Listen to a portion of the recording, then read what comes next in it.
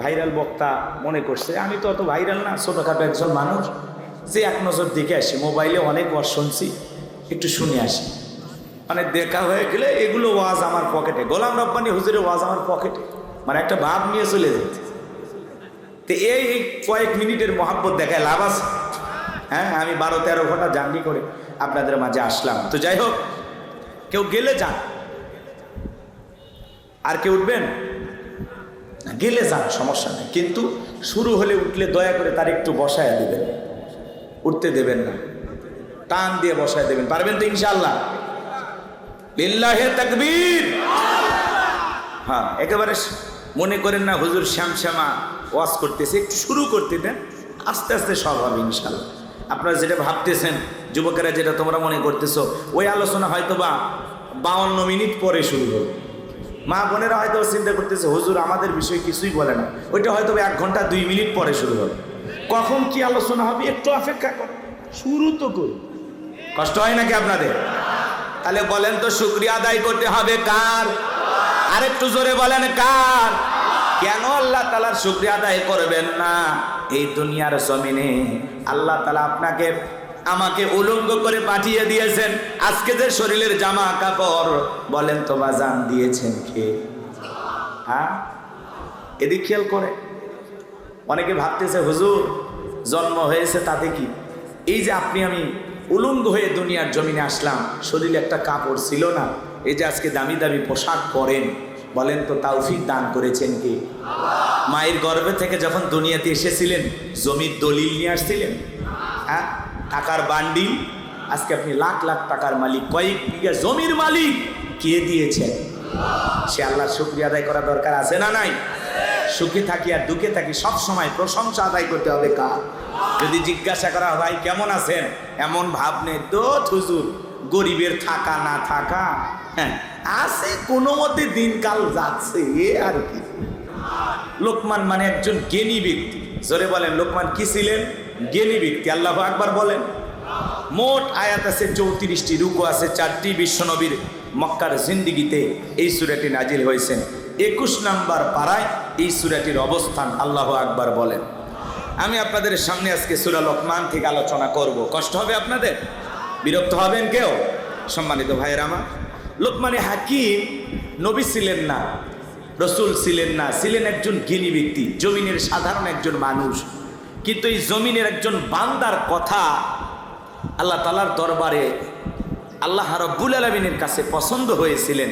তাহলে বলেন তো, এই বান্দা যে কথাগুলো বলেছিলেন, দামি কথা বলেছিলেন নাকি কম দামি কথা বলেছিলেন? সাধারণ কথা বলেছেন নাকি অসাধারণ কথা বলেছেন? চেহারাটা কালো, একেবারে কালো একজন মানুষ, খুব বেশি লম্বা ছিলেন না। সন্তানদের কাছে নিয়ে কিছু উপদেশ তার সন্তানদেরকে দিচ্ছেন। এই উপদেশগুলো আল্লাহ তাআলার দরবারে এত পছন্দ হলো, আল্লাহ তাআলা তার কথাগুলোকে কোট করে কোরআনুল কারীমের ভিতরে তার নামে একটি সূরা নাজিল করে লোকমানকে স্মরণীয় করে রেখে দিলেন। বলুন আল্লাহু আকবার। সম্মানিত ভাইয়েরা আমার, লোকমানে হাকিম নবী ছিলেন না, রসুল ছিলেন না, ছিলেন একজন জ্ঞানী ব্যক্তি, আল্লাহ রাব্বুল আলামিনের এই জমিনের সাধারণ একজন বান্দা। কিন্তু এই বান্দার জবানের কথাগুলো আল্লাহ রাব্বুল আলামিনের কাছে এতটাই পছন্দ হয়েছে, কথাগুলো এত গুরুত্বপূর্ণ যে আল্লাহ রাব্বুল আলামিন লোকমান হাকিমের সেই কথাগুলোকে কোট করে কোরআনুল কারীমের ভিতরে তার নামে একটি সূরা নাজিল করেছেন। বলুন আল্লাহু আকবার। যদিও লোকমান হাকিমের চেহারা ছিল কালো, অন্তর ছিল ভালো, আল্লাহ রাব্বুল আলামিনের দরবারে লোকমানের দেয়া সন্তানদের সামনে সেই নসিহা, সেই উপদেশগুলো এতটাই আল্লাহর কাছে পছন্দ হলো, সেই কথাগুলো আল্লাহ রাব্বুল আলামিন কোরআনুল কারীমের ভিতরে কোট করে দিলেন। বলুন আল্লাহু আকবার। সম্মানিত হাজিরিন, হৃদয়ের কান পেতে কথাগুলো শুনবেন। একজন কালো মানুষ শুধুমাত্র আল্লাহ রাব্বুল আলামিনের খাঁটি গোলাম হওয়ার কারণে ওই কালো মানুষটাকে দামি বানিয়ে দিলেন। তিনি কে? আর একটু জোরে বলেন কে? আমার ভাইয়েরা গভীর মনোযোগ দিয়ে শুনবেন। এই লোকমানে হাকিম ছিল একজন কৃতদাস। রাখাল মানুষের বাড়িতে ছাগল চড়ানোর কাজ করতেন, সেই মানুষটা এত দামি কিভাবে হলো, সেই ঘটনাগুলো যদি আমি বলতে যাই 2-3 ঘন্টা আলোচনা করে শেষ করা সম্ভব হবে না। যেহেতু আমার হাতে সময় কম, এই জন্য আমি বিস্তারিত আলোচনাতে যেতে পারবো না। সংক্ষিপ্ত কিছু কথা বলে আমি দোয়া করে বিদায় নিয়ে চলে যাব। একটু মেহেরবানি করে জবান ছেড়ে সবাই আমার সাথে তিলাওয়াত করুন। আউযু বিল্লাহি মিনাশ শাইতানির রাজিম। বিসমিল্লাহির রাহমানির রাহিম। আরো আসতে বলেন। বিতাড়িত মুর্দার শয়তানের কাছ থেকে আল্লাহ পাকের কাছে আশ্রয় প্রার্থনা চাচ্ছি। পরম করুণাময় সিমডালু আল্লাহ তাআলার নামে শুরু করছি। সূরার নাম লোকমান। জোরে বলেন কি নাম? মনে থাকবে তো ইনশাআল্লাহ।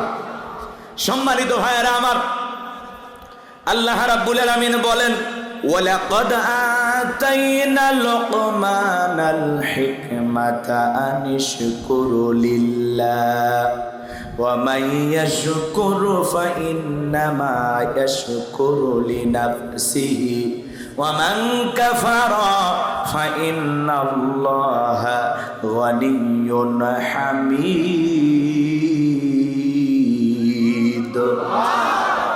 আল্লাহ রাব্বুল আলামিন বলেন, আমি লোকমানে হাকিমকে হিকমত দিয়েছিলাম, জ্ঞান দিয়েছিলাম এবং বলেছিলাম, লোকমান তুমি আমার শুকরিয়া আদায় করো। বলেন তো বাজান, জ্ঞান দেওয়ার মালিক কে? আর একটু জোরে বলেন কে? আল্লাহ রাব্বুল আলামিন বলেন, ওয়ালাকাদ আতাইনা দাউদা সুলাইমানা ইলমা। আমি পয়গম্বর দাউদ এবং সুলাইমানকে ইলম দিয়েছিলাম, জ্ঞান দিয়েছিলাম। তাহলে বলেন তো বাজান, ইলম আর জ্ঞান দেওয়ার একমাত্র মালিক কে? আমাদের কোনো জ্ঞান নাই, জ্ঞান দেওয়ার মালিক কে? আমি যে কথা বলবো, আমার আল্লাহ যদি বলার তৌফিক দান করেন তাহলে বলতে পারবো। আমার কোনো জ্ঞান নাই, জ্ঞান দেওয়ার মালিক কে? قالوا سبحانك لا علم لنا إلا ما علمتنا إنك أنت العليم الحكيم। বলুন সুবহানাল্লাহ। একটু জোরে বলেন সুবহানাল্লাহ। আচ্ছা বলেন তো, সুবহানাল্লাহ বলে লাভ না লস? যারা সুবহানাল্লাহ বলেছেন তাদের নামে আল্লাহ রাব্বুল আলামিন জান্নাতের বাগানে একটি করে গাছ তাদের নামে লাগিয়ে দিয়েছে। এই জন্য সুবহানাল্লাহ, আলহামদুলিল্লাহ, আল্লাহু আকবার, লা ইলাহা ইল্লাল্লাহ সব সময় আমরা জিকির করব কার? আরো জোরে বলেন কার? সেই কথা আল্লাহ রাব্বুল আলামিন বলতেছেন, ওয়ালাকাদ আতাইনা লুকমানাল হিকমাতা আনিশকুরু লিল্লাহ ওয়া মান ইয়াশকুরু ফাইন্নামা ইয়াশকুরু লিনাফসিহি ওয়া মান কাফারা ফাইন্নাল্লাহা গানিয়্যুন হামিদ। আল্লাহ রাব্বুল আলামিন বলেন, আমি লোকমানে হাকিমকে হিকমত দিয়েছিলাম, জ্ঞান দিয়েছিলাম এবং বলেছিলাম, লোকমান তুমি আমার শুকরিয়া আদায় করো। লোকমানে হাকিম শুকরিয়া আদায় করার কারণে লোকমানে হাকিমের সম্মান মর্যাদা কমেছে না বেড়েছে?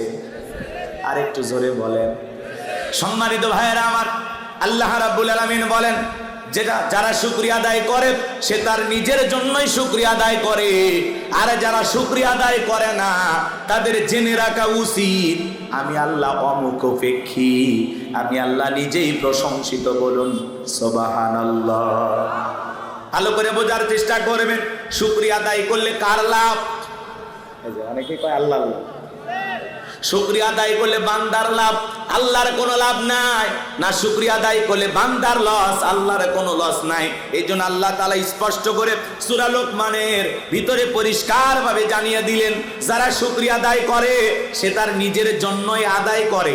শুকরিয়া আদায় করলে তার নিজের লাভ, আমি আল্লাহর কোনো লাভ নাই। আর যারা শুকরিয়া আদায় করে না তাদের জেনে রাখা উচিত আমি আল্লাহ অমুখাপেক্ষী, আল্লাহুস সামাদ। তিনি কারো মুখাপেক্ষী নন, আমরা সবাই তার মুখাপেক্ষী। কথা বলে ঠিক কি না? গভীর মনোযোগ দিয়ে কথাগুলো শুনবেন, হৃদয়ের কান পেতে কথাগুলো শুনবেন। তাহলে আল্লাহ রাব্বুল আলামিন বলেন আমি কারো মুখাপেক্ষী নই, আমি আল্লাহ নিজেই প্রশংসিত। আপনি প্রশংসা আদায় করলেও আমার আল্লাহ আল্লাহ, আপনি প্রশংসা আদায় না করলেও আমার আল্লাহ আল্লাহ। তামাম পৃথিবীর মানুষগুলো যদি একতাবদ্ধ হয়ে এক জায়গায় গিয়ে আল্লাহ তাআলার শুকরিয়া আদায় করে, এতে আল্লাহ তাআলার সম্মান মর্যাদা বাড়ে না। আবার তামাম পৃথিবীর মানুষ যদি একত্রিত হয়ে আল্লাহ তাআলার শুকরিয়া আদায় না করে, এতে আমার আল্লাহর সম্মান মর্যাদা কমে না। আপনি ডাকলেও আমার আল্লাহ আল্লাহ, না ডাকলেও আমার আল্লাহ আল্লাহ। ডাকলে আপনার আমার লাভ, না ডাকলে আপনার আমার লস। আল্লাহর কোনো লস নাই, কথা বলে ঠিক কি না? তাহলে ডাকলেও আমার আল্লাহ আল্লাহ, না ডাকলেও আমার আল্লাহ আল্লাহ। 5 বছর পরে ভোট দিয়ে নির্বাচন করে কি আল্লাহ হয়? কথা বলে না। আচ্ছা, আপনারা কি ওয়াজ বুঝতেছেন না? তাফসিরুল কোরআন মাহফিল লিখেছেন, আলোচনা তাফসির ভিত্তিক হওয়ার দরকার আছে না নাই? আর যদি বলেন হুজুর এগুলো দরকার নাই, আপনি একটু সুন্দর করে একটা কাহিনী ধরেন, টান মারেন, দুটো একটা গজল গায়ে চলে যান, তাহলে আমি তাই শুরু করি। কষ্ট হচ্ছে আপনাদের? তাহলে আয়াতের কথা আপনাদের একটু মনোযোগ দিয়ে শোনা লাগবে। এই যে মুরব্বী, এই যে চাচা, বাবাজি,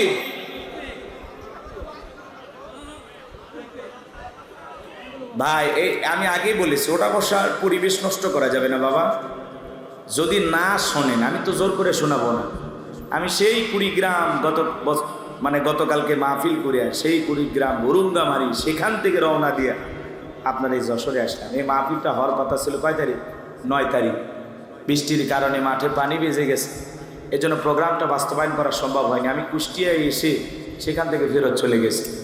এই যে 2 বার কষ্ট করে আপনাদের প্রোগ্রামে আসলাম, এখন যদি ভালোই না বাসেন, এত কষ্ট করে এত দূর থেকে নিয়ে এসে লাভটাকে, কথা বলেন না কেন? এজন্য পরিবেশ নষ্ট করার সুযোগ নেই। একটু মেহরবানি করে শোনেন, শুরু থেকে শেষ পর্যন্ত শুনলি, পুরো বিষয়টা আলোচনা না করলে আপনি মজাটা বুঝবেন।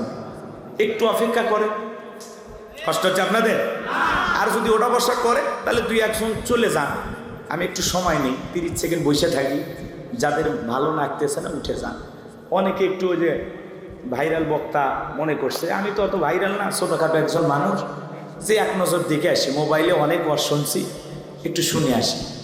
মানে দেখা হয়ে গেলে এগুলো ওয়াজ আমার পকেটে, গোলাম রব্বানী হুজুরের ওয়াজ আমার পকেটে, মানে একটা ভাব নিয়ে চলে যেতে। তো এই কয়েক মিনিটের মহাব্বত দেখায় লাভ আছে? হ্যাঁ, আমি 12-13 ঘন্টা জার্নি করে আপনাদের মাঝে আসলাম। তো যাই হোক, কেউ গেলে যান, আর কেউ উঠবেন না, গেলে যান, সমস্যা নেই। কিন্তু শুরু হলে উঠলে দয়া করে তার একটু বসায় দেবেন, উঠতে দেবেন না, টান দিয়ে বসায় দেবেন। পারবেন তো ইনশাআল্লাহ? লিল্লাহে তাকবীর। হ্যাঁ, একেবারে মনে করেন না হুজুর শ্যামশ্যামা ওয়াজ করতেছে, একটু শুরু করতে দেন, আস্তে আস্তে সব হবে ইনশাআল্লাহ। আপনারা যেটা ভাবতেছেন, যুবকেরা যেটা তোমরা মনে করতেছো, ওই আলোচনা হয়তো বা 52 মিনিট পরে শুরু হবে। মা বোনেরা হয়তো চিন্তা করতেছে হুজুর আমাদের বিষয় কিছুই বলে না, ওইটা হয়তো 1 ঘন্টা 2 মিনিট পরে শুরু হবে। কখন কি আলোচনা হবে একটু অপেক্ষা করো, শুরু তো করি। কষ্ট হয় নাকি আপনাদের? তাহলে বলেন তো, শুকরিয়া আদায় করতে হবে কার? আরেকটু জোরে বলেন কার? কেন আল্লাহ তাআলার শুকরিয়া আদায় করবেন না? এই দুনিয়ার জমিনে আল্লাহ তাআলা আপনাকে আমাকে উলঙ্গ করে পাঠিয়ে দিয়েছেন। আজকে যে শরীরের জামা কাপড়, বলেন তো বাজান দিয়েছেন কে? হ্যাঁ, এদিক খেয়াল করে। অনেকে ভাবতেছে হুজুর জন্ম হয়েছে তাতে কি? এই যে আপনি আমি উলঙ্গ হয়ে দুনিয়ার জমিনে আসলাম, শরীরে একটা কাপড় ছিল না, এই যে আজকে দামি দামি পোশাক পরেন, বলেন তো তৌফিক দান করেছেন কে? মায়ের গর্ভে থেকে যখন দুনিয়াতে এসেছিলেন, জমির দলিল নিয়ে আসছিলেন? হ্যাঁ, টাকার বান্ডিল, আজকে আপনি লাখ লাখ টাকার মালিক, কয়েক বিঘা জমির মালিক, কে দিয়েছেন? সে আল্লাহর শুকরিয়া আদায় করা দরকার আছে না নাই? সুখে থাকি আর দুঃখে থাকি সব সময় প্রশংসা আদায় করতে হবে কার? যদি জিজ্ঞাসা করা ভাই কেমন আছেন, এমন ভাব নেই তো হুজুর গরিবের থাকা না থাকা, হ্যাঁ আছে, কোনো মতে দিনকাল যাচ্ছে, এ আর কি। মানে তারপরে মুখ দিয়ে আলহামদুলিল্লাহ বের হয় না, এমন মুসলমান আছে না নাই? আপনি কেমন আছেন জিজ্ঞাসা করলে কি বলতে হবে? আপনারা সবাই কেমন আছেন? আলহামদুলিল্লাহ। আরে ভাই, সমস্যা দিয়েছেন যিনি, সমাধান করে দিবেন তিনি। এই দুনিয়ার জমিনে কত মানুষ আছে দুইটা চোখ নাই, কত মানুষ আছে পা নাই, কত মানুষ আছে হাত নাই, কথা বলেন না কেন? প্রতিবন্ধী, কথা বলে ঠিক কিনা? পারস্যের কবি শেখ সাদি রহমতুল্লাহ আলাই বাড়ি থেকে বের হয়েছেন, মনটা বড় খারাপ, পায়ে এক জোড়া স্যান্ডেল নাই, জুতা নাই, মনটা বড় খারাপ। মনে মনে ভাবতেছেন আমি এত বড় পারস্যের কবি আর আমার পায়ে এক জোড়া জুতা নাই। জমিনে পথ চলতে চলতে তাকায় দেখেন আল্লাহর একজন বান্দা বসে আছে যার দুটা পা নাই। সিজদায় লুটিয়ে পড়লেন, চোখের পানি ছেড়ে দিয়া কাঁদলেন আর ডেকে বলেন, আল্লাহ আমার পায়ে জুতা না, আমি মন খারাপ করেছি। এই দুনিয়ার জমিনে তোমার এমনও বান্দা আছে যার দুটা পা নাই, তার চাইতে তো আমারে ভালো রেখেছো, কথা বলেন না কেন? কত মানুষ রেল স্টেশনে শুয়ে আছে, ঘুমানোর জন্য একটা বাড়ি নাই, একটা খাট নাই, বালিশ নাই, শরীরে দেওয়ার মতো একটা কম্বল নাই, তার চাইতে কি আল্লাহকে ভালো রাখে নাই? আপনার একটা ছোটখাটো দোকান আছে, ব্যবসা প্রতিষ্ঠান আছে, আলহামদুলিল্লাহ। আপনি রিক্সা চালান, ভ্যান চালান, মাঠে খেতে কাজ করেন, আলহামদুলিল্লাহ। নিজের অবস্থানে থেকে শুকরিয়া আদায় করতে হবে কার? আল্লাহ চাইলে আপনাকে ভিক্ষুক বানাইতে পারতো, আল্লাহ চাইলে আপনাকে প্রতিবন্ধী বানাইতে পারতো, কথা বলেন ঠিক কিনা? যে আল্লাহ তাআলা সুস্থতা দান করলেন, কোটি কোটি টাকার নিয়ামত দেহে দিয়েছেন, পায়ে হেঁটে হেঁটে মাহফিল পর্যন্ত আসার তৌফিক দান করেছেন, সে রবের শুকরিয়া আদায় করা দরকার আছে না নাই? কষ্ট হয় আপনাদের? আমার ভাইয়েরা, কুড়িগ্রাম জেলা একবার ওয়াজ করতে গিয়াম, একসাথে খাওয়া দাওয়া করতেছিলাম, অন্ত হাফেজ সাহেব হঠাৎ করে বিদ্যুৎ চলে গেল। আমি কমিটির ভাইদেরকে বললাম তাড়াতাড়ি আলোর ব্যবস্থা করে দেন, প্লেটে অনেক খাবার, আলো না থাকলে ঝামেলা হতে পারে। অন্ধ হাফেজ সাহেব আমার হাত ধরে বলে, হুজুর 52 বছর বয়স হয়ে গেছে আমার, আমি জীবনে কোনোদিন আমার চোখের আলো পাই নাই, আমি অন্ধ মানুষ, 52 বছর আমার চোখে কোনো আলো নাই, বিদ্যুৎ নাই। ও হুজুর, যে মা আমাকে জন্ম দিয়েছে, মাটা দেখতে কেমন আমি জানি না, আমার বাবাকে বাবা বলি ডাকি, বাবাটা দেখতে কেমন আমি জানি না, আল্লাহর জমিনটা কেমন, আসমানটা কেমন আমি জানি না, আমি বিয়ে করেছি, আমার বউটা দেখতে ফর্সা না কালা আমি জানি না, আল্লাহ তাআলা অনেকগুলো সন্তান দিয়েছেন, ছেলেটা দেখতে কেমন আমি জানি না, মেয়েটা দেখতে কেমন আমি জানি না, এমন কি আল্লাহ তাআলা আমাকে সৃষ্টি করেছেন, আমার হাতটা কেমন, মুখটা কেমন, আমি মানুষটা দেখতে ফর্সা না কালা আমি জানি না। ও হুজুর, আল্লাহ তাআলা দুনিয়ার জমিনে চোখের আলো দেয় নাই, আমি মন খারাপ করি নাই, কঠিন কিয়ামতের ময়দানে যেদিন আল্লাহ তাআলা আমার চোখের আলো ফিরায় দেবেন, ওই দিন চোখের আলো পাইয়া আমি যেন সর্বপ্রথম আমার মালিককে দেখতে পাই। আমি যেন কিয়ামতের ময়দানে চোখের আলো ফিরে পাওয়ার পরে ওই চোখের আলো দিয়ে আমি যেন সর্বপ্রথম আমার মালিক, আমার আল্লাহকে দেখতে পাই। অন্ধ ব্যক্তির সান্ত্বনাটা কোথায়? আর একটু সমস্যা হলে বাপ রে বাপ, আপনার ধার দিয়ে যাওয়া যায় না, কথা কথা। ছোটখাটো বিষয় নিয়ে আপনি আমি এত আফসোস করি, হা হুতাশ করি। আফসোস করবেন না, দুনিয়া আফসোসের জায়গা না। এত হা হুতাশ কেন করেন, এত আফসোস কেন করেন? চলে যেতে হবে, সারাটা জীবন আমরা কেউ থাকবো না, ক্ষণিকের মুসাফির। কিছুটা সময় দুনিয়ার জমিনে এসেছি, নেক আমল করব, মালিকের গোলামি করব, সংক্ষিপ্ত সফর শেষ করে পরকাল নামের চিরস্থায়ী সফরে যাব। যেই জীবনের শুরু আছে শেষ নাই, সেই জীবনের জন্য নেক আমল করে যাওয়ার দরকার আছে না নাই? তাহলে সুখে থাকি দুঃখে থাকি, হাসপাতালে থাকি আর বাড়িতে থাকি, সব সময় প্রশংসা আদায় করব কার? লা ইন শাকারতুম লাযীদান্নাকুম ওয়া লা ইন কাফারতুম ইন্না আযাবি লাশাদীদ। নিয়ামত পাওয়ার পরে যারা শুকরিয়া আদায় করে, আমি আল্লাহ পাক তাদের নিয়ামতগুলোকে বাড়িয়ে দেই, সুবহানাল্লাহ বলেন। আর যারা নিয়ামত পাওয়ার পরে না শুকরিয়া আদায় করে, অকৃতজ্ঞ হয়, আল্লাহ তাআলা তাদের নিয়ামতগুলোকে ছিনায় নেয়, আর তাদের জন্য রয়েছে কঠিন আযাব, শাস্তির ব্যবস্থা। চিৎকার মেরে বলুন নাউযুবিল্লাহ। তাহলে জীবনের যে কঠিন পরিস্থিতিতেই পড়ি না কেন, যে অবস্থায় থাকি না কেন, প্রশংসা হবে কার? সবসময় স্মরণ করব কাকে? আল্লাহর প্রশংসা নাই। ভাইয়ারে, আপনারা সবাই কেমন আছেন? এরপরে অনেকে মুখ দিয়ে বের করতেছে না। আপনারা সবাই কেমন আছেন? আলহামদুলিল্লাহি রাব্বিল আলামিন। প্রশংসা করলাম কার? আগামী কালকে কি আপনাদের সাথে যশোরে দেখা হতে পারে? কি বলতে হয়? ইনশাআল্লাহ। কি বলতে হয়? আমরা জানি না তো। এক মুরব্বী পেশাবখানায় যা দোয়া পড়তেছে, বিসমিল্লাহি ওয়ালা বারাকাতিল্লাহ। আমি তখন বললাম, সাসামিয়া, এ তো খানা খাওয়ার দোয়া। তখন বলতেছে, হুজুর কোন দোয়া যে কোন জায়গায় পড়া লাগে এটা তো আমার মনে থাকে না। আপনার শাশুড়ি মারা গেছে, কয় আলহামদুলিল্লাহ।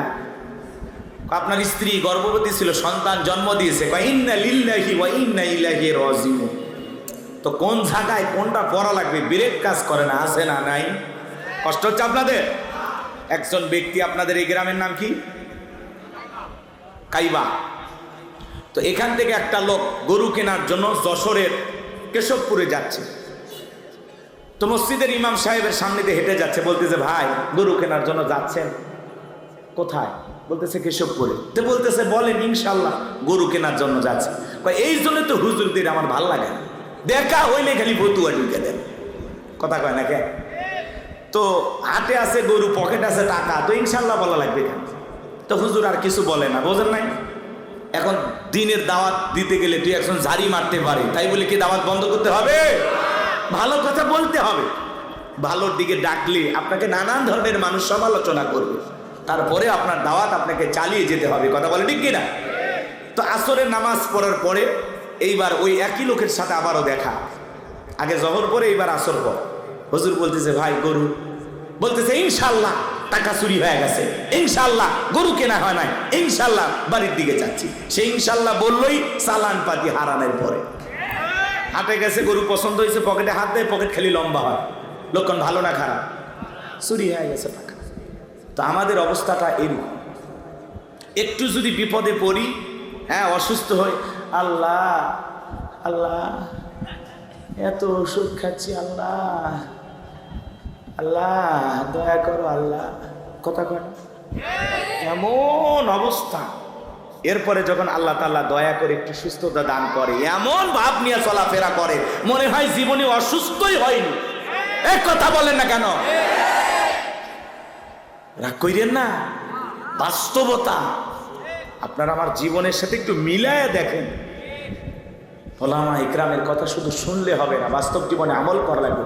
সুখে থাকি, দুঃখে থাকি, মাঠে থাকি, খেতে থাকি, দোকানে থাকি, ব্যবসা বাণিজ্যে থাকি, মোটর সাইকেল চালাই, সব সময় আল্লাহর জিকির করব। কথা বলে ঠিক কিনা? জিকির করতে আলাদা সময় লাগে না। আল্লাহ রাব্বুল আলামিন আমাদের সবাইকে তার কৃতজ্ঞ বান্দা হিসেবে কবুল করেন। জোরে বলেন আমিন। তাহলে সুখে থাকি আর দুঃখে থাকি সবসময় প্রশংসা আদায় করব কার? আরে ভাই, আপনি সৌদি আরবে গেছেন, প্রবাসী, মালয়েশিয়ায় গেছেন, দুবাই গেছেন, কুয়েত গেছেন, বিশ্বের বিভিন্ন দেশে যান, আপনি একজন প্রবাসী। তারপরে দেখবেন তার হাহুতাশ, আফসোস করে। আপনি যে ওই জায়গায় বিদেশি প্রবাসী একজন আফসোস করতেছেন, আপনারও অবস্থানে যাওয়ার জন্য অনেকে স্বপ্ন দেখে। কথা বলেন কি না? আপনার এই যশোর শহরে একটা দোকান আছে, আপনি তারপরে আল্লাহ শুকরিয়া আদায় করেন না, অথচ ওই মার্কেটে একটা দোকান নেওয়ার জন্য অনেকেই বছরের পর বছর স্বপ্ন দেখে। কথা বলেন ঠিক না? এই জন্য নিজের অবস্থানে থেকে আল্লাহ শুকরিয়া আদায় করবেন। মনে থাকবে তো ইনশাআল্লাহ? আল্লাহ আমাদের সঠিক বুঝ দান করুন। জোরে বলুন আমিন। এরপরে আল্লাহ রাব্বুল আলামিন বলতেছেন, وَإِذْ قَالَ لُقْمَانُ لِابْنِهِ وَهُوَ يَعِظُهُ يَا بُنَيَّ لَا تُشْرِكْ بِاللَّهِ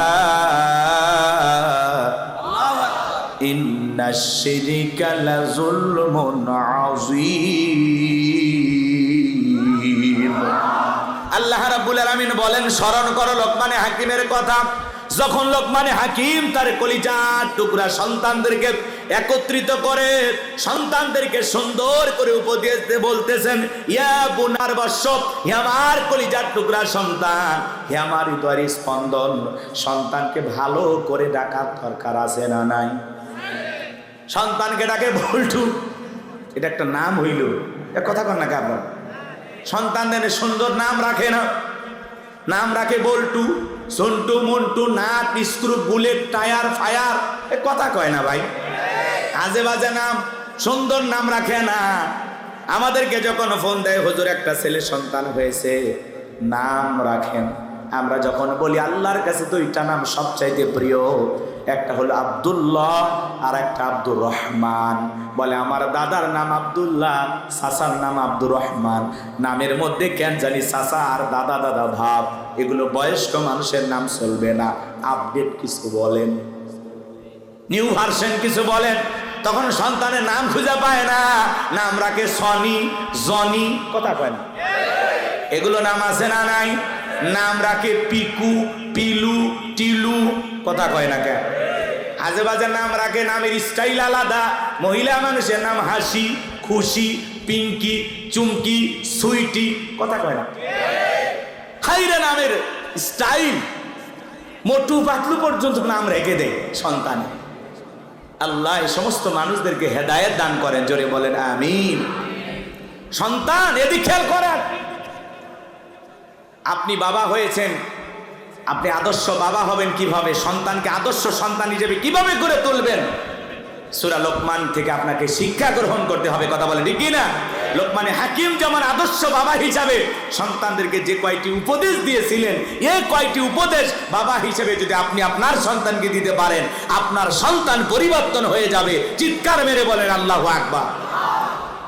আপনি বাবা হয়েছেন, আপনার সন্তান আপনার কাছে কয়টি হক পায় বলেন তো? কয়টি হক বলতে পারবেন? অনেকেই বলতে পারতেছেন না, কেউ বলে দুইটা তিনটা। আপনার সন্তান আপনার কাছে হক পায় 12টি। জোরে বলেন কয়টি? 12টি হক। এই 12টি হক নিয়ে আলোচনা করলে কমপক্ষে 12 ঘন্টা লাগবে। অত সময় আমার হাতে নাই, সংক্ষিপ্ত দুই একটা কথা বলে দিয়ে যায়। কষ্ট হচ্ছে আপনাদের? সন্তান জন্মগ্রহণ করার সাথে সাথে একটা সেলফি তুলে মোবাইলে পোস্ট করতে হবে, ফেসবুকে দিতে হবে, আলহামদুলিল্লাহ অবশেষে বাবা হলাম। এটা প্রথম কাজ, তাই না? কথা বলে না কেন? সন্তান জন্মগ্রহণ করার সাথে সাথে পরিষ্কারও করে না, ওই রকম কোনো মতে একটু তোয়ালের মধ্যে জড়াইয়া নিয়া ওই সন্তানের একটা ছবি তুলে ফেসবুকে দেয়। ছেলের মামা, সে আবার ফেসবুকে পোস্ট করে মামা হইলাম, চাচা থাকলে বলে আঙ্কেল হইলাম, কথা বলেন না কেন? মেয়ে থাকলে তার যদি ফেসবুকের আইডি থাকে, সেই আবার ফেসবুকে স্ট্যাটাস দেয় জীবনের প্রথম খালা হইলাম, কথা কয় না? এমনকি যেই মহিলা বাচ্চা ডেলিভারি করেছে ওই বোনেরও যদি একটা ফেসবুক আইডি থাকে, সে ওই অবস্থায় থেকে ফেসবুকে পোস্ট করে অনেক কষ্টের পরে মা হওয়ার স্বাদ বুঝলাম। তার মানে সন্তান জন্মগ্রহণ করার সাথে সাথে প্রথমে ছবি ফেসবুকে দিতে হবে, এটাই তো প্রথম দায়িত্ব, আগে বলেন? তাহলে তো সব পাওয়া যাবে, পাওয়া যাবে না? সন্তান জন্মগ্রহণ করার সাথে সাথে দায়িত্ব হলো সন্তানের কানে কি দিতে হবে?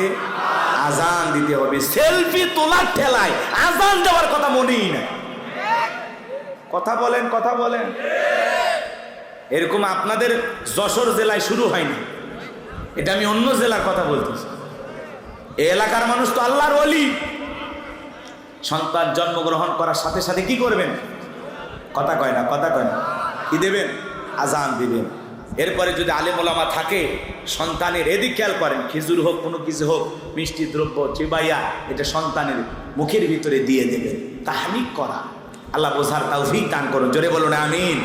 এরপরে সন্তানের সুন্দর একটা নাম রাখতে হবে, ইসলামিক নাম।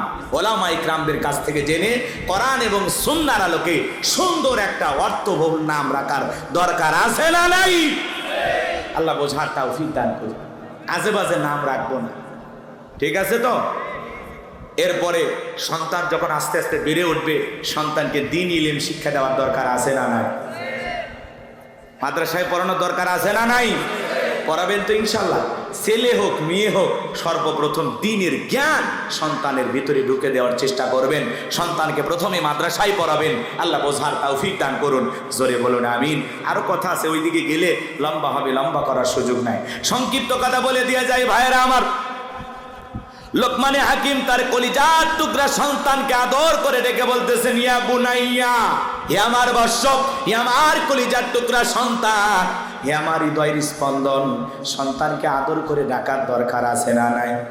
জোরে বলেন, দরকার আছে না নাই? এই জন্য সন্তানের নামটাও রাখবেন সুন্দর। বাবা ইউসুফ, বাবা ইব্রাহিম, বাবা ইসহাক, ইয়া বাবা ইয়াকুব, সন্তানের সুন্দর সুন্দর নাম রাখবেন আব্দুর রহমান, আব্দুর রহিম। কথা বলেন না কেন? আব্দুল খালেক, আব্দুল সালাম, সুন্দর সুন্দর নামগুলো রাখবেন। আল্লাহ বোঝার তৌফিক দান করুন, জোরে বলুন আমিন। কিন্তু সন্তানের নাম রাখছেন বল্টু, এরা জীবনে কোনো কিছু করতে পারবে? আচ্ছা দেখেছেন আজ পর্যন্ত কোনো মাহফিলে বলেছে এখন আপনাদের সামনে আলোচনা করবেন হযরত মাওলানা বল্টু সাহেব বলেছে? ভাই কোনো পীরের মাজারে কি লেখা দেখেছেন যেখানে সাহিত্য আছেন শাহ সুফি অমুক তমুক বল্টু রহমতুল্লাহ আলাইহি? লেখা দেখছেন কোনো মাজারে? কোনো পীরের নাম বল্টু পাইছেন?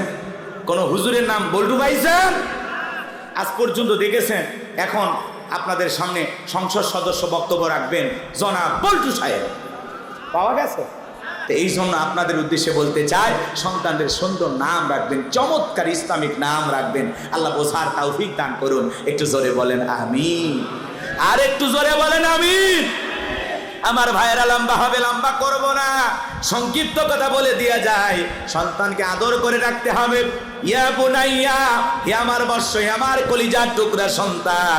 এরপরে বলতেছেন লা তুশরিক বিল্লাহ, লা তুশরিক বিল্লাহ, আল্লাহর সাথে কখনো কাউকে শরীক করা যাবে না। সন্তানকে শিরিকের ওয়াজ করতেছেন, আল্লাহর সাথে পরিচয় করা দিতেছেন। আল্লাহু আকবার বলেন। লোকমান হাকিমের সন্তানদের মধ্যে একটা ছেলে ডেকে বলে, আব্বা আমারে দেওয়াজ নসিহত হবে না, আমারে দিয়ে ইমামতি হবে না বাবা, আমারে কিছু টাকা দেন, আমি একটু বিজনেস করব, ব্যবসা বাণিজ্য করতে চাই। লোকমানে হাকিম ডেকে বলে, ছেলে রে তোমাকে দেবার মতো টাকা আমার কাছে নাই।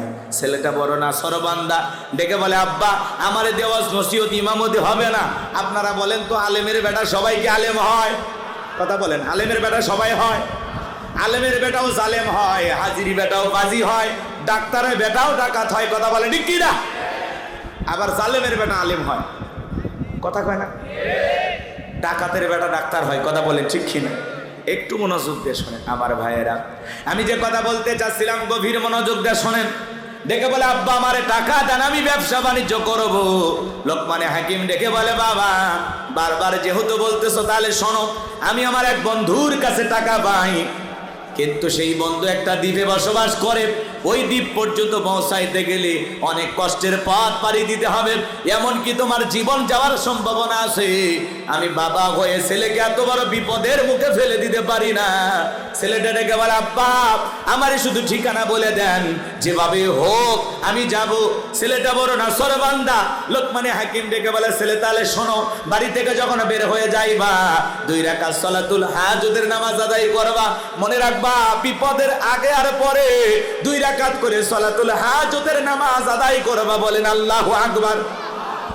এই কথা বলে সফরের কিছু ঘটনা সন্তানকে বললেন, বাবা বাড়ি থেকে যখন বের হয়ে যাইবা মরুভূমির বিশাল রাস্তা পাড়ি দিতে গিয়া চলতে চলতে তাকায়া দেখবা একটা জঙ্গল দেখা যায়। ওই জঙ্গলের ভিতরে দেখবা একটা ঝর্ণার পানি পড়তেছে, সেখান থেকে পানি পান করবা, প্রয়োজন মোতাবেক পানি গ্রহণ করবা। এরপরে সামনে যাওয়ার পরে পিছন দিক তাকায় দেখবা আর ঝর্ণা দেখা যায় না। এরপরে সামনে পথ চলতে চলতে তাকায় দেখবে বিশাল একটা গাছ। ওই গাছের ছায়া আশ্রয় নিবা না, নিলে তোমার বিপদ হতে পারে। পুরো সফরের ঘটনা বাবা সুন্দর করে কিছু বিষয় তাকে আগেই জানিয়ে দিলেন। এইবার লোকমানে হাকিমের সন্তান বাবার কথা অনুযায়ী পথ চলতে লাগলেন। বাবা যা যা বলতেছে পথে ঘটনাক্রমে সব মিলে যাইতেছে। এইবার চলতে চলতে সেই গাছের ছায়ায় আশ্রয় নিলেই বাবা বলেছি বিপদ হবে। টাকা দেখে গাছের করে একটা মুরব্বী বসে আছে। মুরব্বী ডেকে বলে, বাবা আসো গাছের ছায়া আশ্রয় নাও। বলে না বাবা আমাকে বলেছে আশ্রয় নিলে বিপদ হবে। বলে কোনো সমস্যা নাই, তুমি এই জায়গায় আসো। তোমার কি বাবা বলে নাই চলার পথে যদি একটা মুরব্বীর সাথে দেখা হয় সেই মুরব্বী যা বলবে তুমি তাই শুনবা? বলে হ্যাঁ বলেছে। তাহলে ভয় পেও না বাবা আসো। এইবার লোকমানে হাকিমের সন্তান গাছের ছায়া আশ্রয় নিলেন। ক্লান্ত শরীর, মুহূর্তের মধ্যে ঘুম চলে আসলো। লোকমানে হাকিমের সন্তান এইবার ঘুমের মধ্যে চলে গেল। বিষাক্ত সাপ এসে লোকমানে হাকিমের সন্তানকে সবল মেরেছে। এইবার মুরব্বী তাকায় দেখে সত্যি তো বিপদ হয়ে গেল। এইবার সাপটাকে ধরলেন, লোকমানে হাকিমের সন্তানকে বিষ মুক্ত করলেন। ওই সাপটাকে ধারালো একটা অস্ত্র দিয়া দুইটা টুকরো করলেন, পিছনের অংশ ফেলাইয়া দিলেন, আর মাথার অংশটা লোকমানে হাকিমের সন্তানের ব্যাগের ভিতরে রেখে দিলেন। এইবার ঘুম থেকে যখন জাগ্রত হয়েছে, ডেকে বলে, ছেলে সত্যি তোমার বিপদ হয়েছিল, বিষাক্ত সাপ একটা তোমাকে সবল মেরেছিল, আমি বিষ মুক্ত করে দিয়েছি, আর টেনশন নাই। লোকমানে হাকিমের সন্তান আবার 2 রাকাত সালাতুল হাজতের নামাজ আদায় করলেন। বলুন আল্লাহু আকবার। এইবার ডেকে বলে, মুরব্বী ওই জনবসতি এলাকায় আমাকে যেতে হবে, ওই এলাকায় যায় বাবার পরিচয় দিলে তারা আমাকে সেই দ্বীপের রাস্তাটা দেখিয়ে দেবে। বলে, মুরব্বী হিসাবে আমি যদি তোমার সাথে যাই তোমার কি কোনো সমস্যা আছে? বলে, না, আপনি গেলে আমার কোনো আপত্তি নাই। ওই জনবসতি ওই এলাকায় যায় যখন লোকমানে হাকিমের পরিচয় দিয়েছেন, সবাই বাবার কারণে লোকমানে হাকিমের সন্তানকে পেয়ে আনন্দে আত্মহারা, সবাই আদর আপ্যায়ন করাইতে লাগলেন, খুশি মনে তাকে খাবার দিতে লাগলেন। মারহাবা বলেন। লোকমানে হাকিমের নাম সে সময় সকল অঞ্চলের মানুষ জানতো। এজন্য বাবার কারণে অনেক সময় ছেলেকে মানুষ মহাব্বত করে। কথা বলে ঠিক কিনা? বাংলাদেশের সবচেয়ে বড় আলেম, তার সন্তান যদি আপনাদের এলাকায় আসে তাকে কি একটু মহাব্বত করবেন না? কথা বলেন না কেন আপনারা? আল্লামা সাইদি হুজুরকে আমরা হারিয়েছি, তার কোনো সন্তান যদি যশোরে আসে, কি বলেন, আপনারা একটু মহাব্বত করবেন না? ভালোবাসা দেখাবেন কি না? আমার ভাইয়েরা, আল্লামা সাইদি হুজুরকে আমরা হারিয়েছি। আজকে ঢাকার বুকে আলেমদের জাতীয় মুফাসসির সম্মেলন হয়েছে, সেখানে আমিরে জামাত প্রধান অতিথি ছিলেন। তিনি বক্তব্য দিতে গিয়ে আল্লামা সাইদি হুজুরের সাথে জেলখানায় দেখা হওয়ার পরে মাঝে মাঝে যখন আমিরে জামাত জেলখানা থেকে জামিন পাইতেন, বলে বিদায় বেলায় আমরা একে অপরকে জড়াইয়া কান্না করতাম। এই কান্না দুনিয়ার স্বার্থের কান্না নয়। ডক্টর শফিকুর রহমানের এই কথা শোনার পরে সকল মুফাসসির ভাইয়েরা, বক্তা ভাইয়েরা চোখের পানি ছেড়ে দিয়ে ঢাকায় কেঁদেছেন। ঢাকাবাসী তার কথা শুনে কান্না করেছেন। আমিরে জামাত তিনি বলেছেন, আল্লামা সাইদি হুজুর, শহীদ আল্লামা সাইদি কোরআনের বুলবুলি, কোরআনের ময়না পাখি, তিনি আমাকে জড়িয়ে ধরে কান্না করতেন আর বলতেন, আল্লাহর কাছে আমার কোনো চাওয়া নাই, আমার চাওয়া মাত্র 2টি। সন্তানদের জন্য কিছু বলতেন না, শুধুমাত্র চাইতেন আমি যদি জেলখানা থেকে বের হয়ে একটা বার কোরআনের তাফসীর ময়দানে গিয়ে একটা কোরআনের আয়াতের আলোচনা আমি যদি বাংলাদেশের মানুষকে শোনাইতে পারতাম, এটাই হলো আমার জীবনের 1 নাম্বার চাওয়া। আমি আল্লাহর কাছে কিছুই চাই না, আমি আল্লাহর কাছে শুধু একটা জিনিস চাই, আমি যদি জেলখানা থেকে মুক্ত হয়ে একবার তাফসীর ময়দানে গিয়ে বাংলাদেশের তাওহীদি জনতাকে কোরআনের একটা আয়াতের আলোচনা শুনাইতে পারতাম, এটাই আমার জীবনের সবচাইতে বড় স্বপ্ন।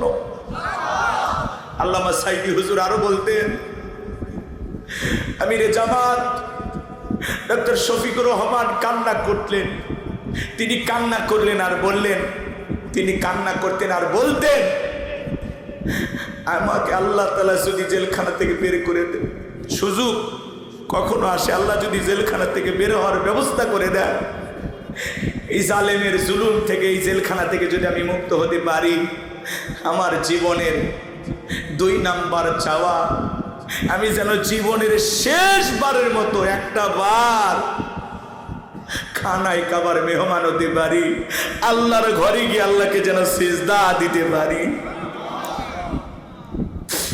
আল্লাহর প্রিয় বান্দাদের সব চাওয়া দুনিয়াতে পূরণ হয় না। আল্লামা সাইদি হুজুর হাসতে হাসতে পুরো বাংলাদেশ সহ পৃথিবীর সমস্ত মুসলমানকে কাঁদিয়ে চলে গেছেন। কথা বলে ঠিক কিনা? সেই যে জেলখানা থেকে বের হওয়া, সেই যে হাসি, এমন হাসি দিলেন মনে হয় সুস্থ আছেন, স্বাভাবিক আছেন। সেই সুস্থ মানুষটাকে অসুস্থ বানায়া কি ষড়যন্ত্র করে বিদায় করেছে ওরা, আল্লাহর দরবারে ওই সমস্ত মানুষের বিচার হবে। কথা বলেন ঠিক কিনা?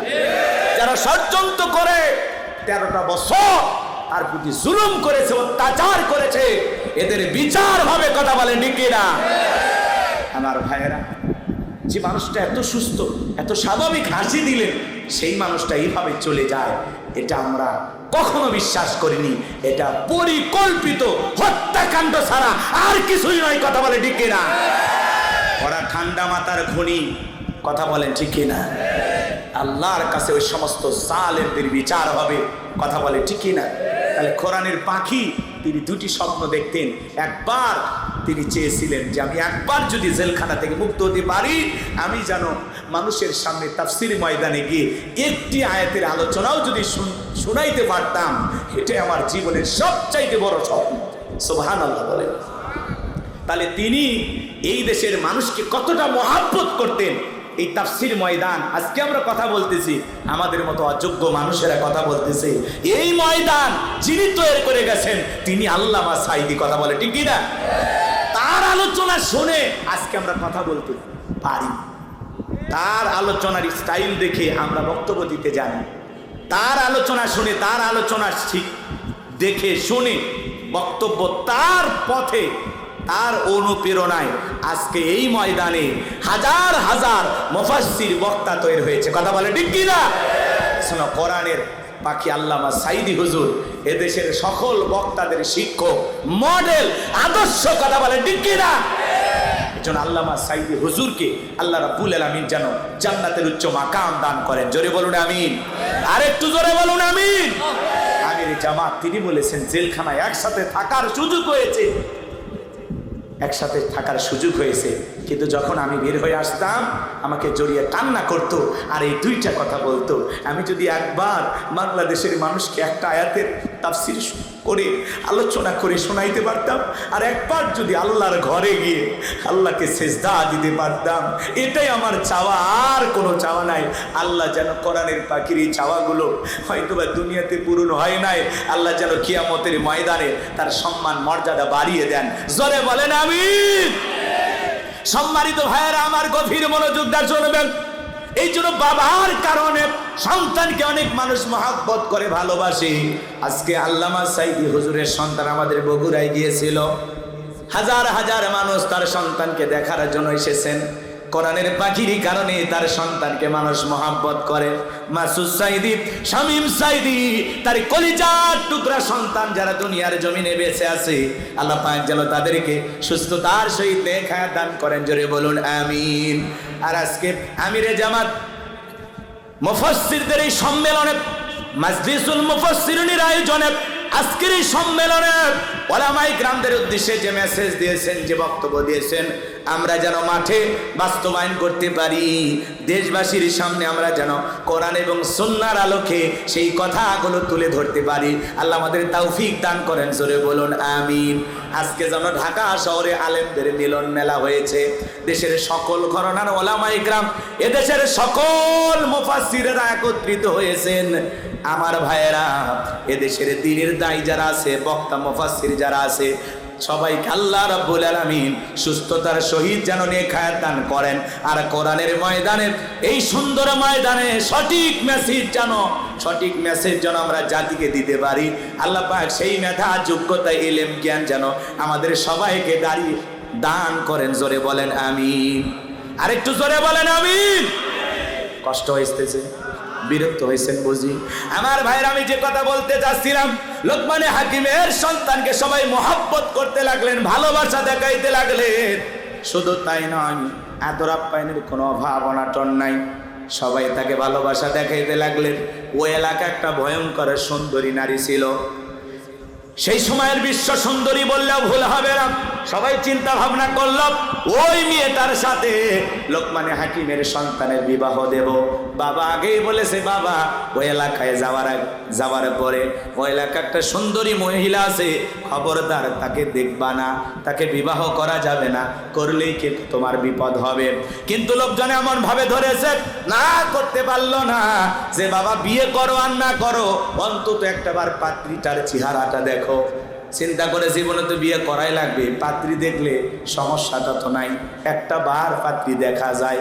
এইবার লোকমানে হাকিমের সন্তানের সামনে সেই ভয়ঙ্কর সুন্দরী মেয়েটাকে হাজির করা হলো।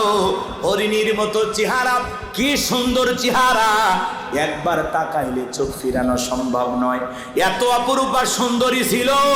মেয়েটাকে দেখে লোকমানে হাকিমের সন্তান মনে মনে ভাবতেছে, বিয়ে যদি করা লাগে এমন সুন্দরী বউকেই তো বিয়ে করা দরকার।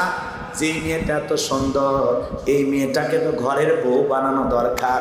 লোকমানে হাকিমের সন্তানের মেয়েটাকে পছন্দ হয়ে গেল। এইবার সবাই দেখে বলতেছে, বাবা বিয়ে তো করবা বুঝলাম, কিন্তু মেয়েটার একটা সমস্যা আছে, এই মেয়েটার একটা গোপন সমস্যা আছে। সেই কথাটা যদি তোমাকে আমরা না বলি তাহলে আরো বেশি সমস্যা হতে পারে। কি গোপন সমস্যা? বলে একবার নয়, দুইবার নয়, এই মেয়েটার আরো 10 বার বিয়ে হয়েছিল। আরেকটু জোরে বলেন। 10 বার বিয়ে হয়েছিল, একটা ছেলেও বাসর ঘর থেকে জীবিত বের হয় নাই। প্রত্যেকটা স্বামী বাসর ঘর থেকে মৃত অবস্থায় বের হয়েছে। এর আগেও 10টা ছেলের সাথে বিয়ে হয়েছিল, সব স্বামী বাসর ঘরে মারা গেছে। এইবার তুমি সিদ্ধান্ত নাও মেয়েটাকে বিবাহ করবা কিনা। লোকমানে হাকিমের সন্তান চেহারা দেখে পছন্দ হয়ে গেছে, বিয়ে করতে চায়, কিন্তু মেয়েটার কঠিন একটা সমস্যা। এই মেয়ে এত সুন্দরী, তারপরে এই যে সমস্যা। লোকমানে হাকিমের ছেলে এইবার মেয়েটাকে বিবাহ করতে চায়। পুরো ঘটনাটাকে আপনারা শুনবেন। কারা কারা শুনবেন? 2 হাত তুলে আল্লাহকে একবার দেখান। লিল্লাহে তাকবীর। লোকমানে হাকিম তার কলিজার টুকরা সন্তানদেরকে ডেকে বলতেছেন, ইয়া বুনাইয়া লা তুশরিক বিল্লাহ। হে আমার বৎস, হে আমার কলিজার টুকরা সন্তান, আল্লাহর সাথে কাউকে শরীক করা যাবে না। ইন্না শিরকা লা যুলমুন আযীম। শিরিক হলো সবচাইতে বড় জুলুম, সবচাইতে বড় অপরাধ, সব পাপের বড় পাপ, নাম হলো শিরিক। কথা বলে ঠিক কিনা? আমাদের সমাজে শিরিক আছে না নাই?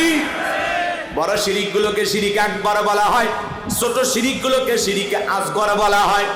গভীর মনোযোগ দিয়ে শুনবেন, এই সমাজে অসংখ্য শিরিক আছে বাজান গো আমার।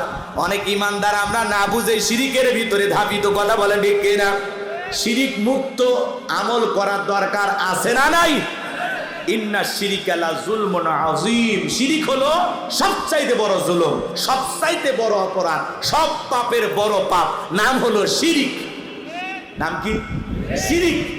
এই শিরিক কত ভয়ঙ্কর একটু জানার দরকার আছে না নাই? আজকে সমাজে অনেক মানুষ হাসতে হাসতে শিরিক করতেছে, নিজেও জানে না যে আমি শিরিক করতেছি। কথা বলে ঠিক কিনা? আচ্ছা বলেন তো বাজান, পীরের পায়ে সিজদা দেওয়া কি শিরিক? আর একটু জোরে বলেন কি? আল্লাহ ছাড়া এই মাথা দুনিয়ার কারো কাছে নত করা যাবে? ইমানদার আল্লাহ ছাড়া দুনিয়ার কারো কাছে মাথা নত করবে না। ইয়্যাকা না'বুদু ওয়া ইয়্যাকা নাস্তাঈন। তোমার ইবাদত করি, তোমার গোলামি করি, সাহায্য তোমার কাছে চাই। আপনি পীরের পায়ে সিজদা দিয়ে কি চান? চাইতে হবে কার কাছে? আপনি মাজারে সিজদা দিয়ে কি চান? মাজারের পীর সাহেবের কোনো ক্ষমতা আছে আপনাকে কিছু দিতে পারে? যদি কিছু চাইতে হয় কার কাছে চাইবেন? আর একটু জোরে বলেন। কষ্ট হয় নাকি আপনাদের? বিরক্ত হবেন না বাজান। এদিক খেয়াল করেন, পীরের পায়ে সিজদা দেওয়া শিরিক, মাজারে সিজদা দেওয়া শিরিক। মুসলমানের মাথা মাজারে নত হবে না, মুসলমানের মাথা নত হবে মসজিদে। মুসলমানের সম্পর্ক মাজারের সাথে নয়, মুসলমানের সম্পর্ক হবে মসজিদের সাথে। কথা বলে ঠিক না? আপনি মাজারে সিজদা দেন, দিয়ে কি চান? কি দিতে পারে আপনাকে? আপনি মাজারে সিজদা দিয়া সন্তান চান, একটা বেটা দে রে বাবা, একটা বেটা দে। তুই না বেটা দিলে আব্বা বেটা দেবে কি? মাজারে পীর সাহেব কি ছেলে মেয়ের কারখানা গুলে বসে আছে? চাইলেন একটা রেডিমেড সন্তান হাতে ধরায় দিল। ছেলে মেয়ে দেওয়ার মালিক কে? সূরার ভিতরে আল্লাহ পাক বলেছেন, আমি কাউকে ছেলে দেই, কাউকে মেয়ে দেই। এদিক খেয়াল করেন, কাউকে ছেলে মেয়ে উভয়টা দান করি, আবার কাউকে না দিয়া আমি আল্লাহ তাআলা বন্ধ বানায় রাখি।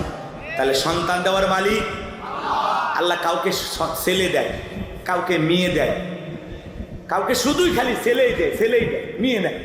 আবার কাউকে শুধু মেয়েই দেয়, ছেলে নাই। কথা বলে না। আবার কাউকে ছেলেও দেয়, মেয়েও দেয়। আবার কাউকে একেবারেই দেয় না। আল্লাহ যদি না দিয়ে খুশি হন, আপনিও না পেয়ে খুশি থাকবেন কার ওপর? আরেকটু জোরে বলেন, কার প্রতি? এত হাহুতাস কেন?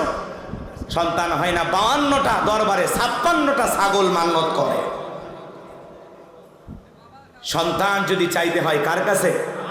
ইব্রাহিম খলিলুল্লাহর ইতিহাস ঘটনা আর কত শুনবেন, শুনতেছেন, কিন্তু শিক্ষা গ্রহণ নাই। ইব্রাহিম আলাইহিস সালামের ওয়াজ শোনেন না এমন এই জায়গায় মানুষ আছেন না। তিনি সন্তান চেয়েছিলেন আল্লাহ তাআলার কাছে, রব্বি হাবলি মিনাস সলিহিন, আল্লাহ আমাকে একটা নেককার সন্তান দান করো, সৎ পুত্র দান করো।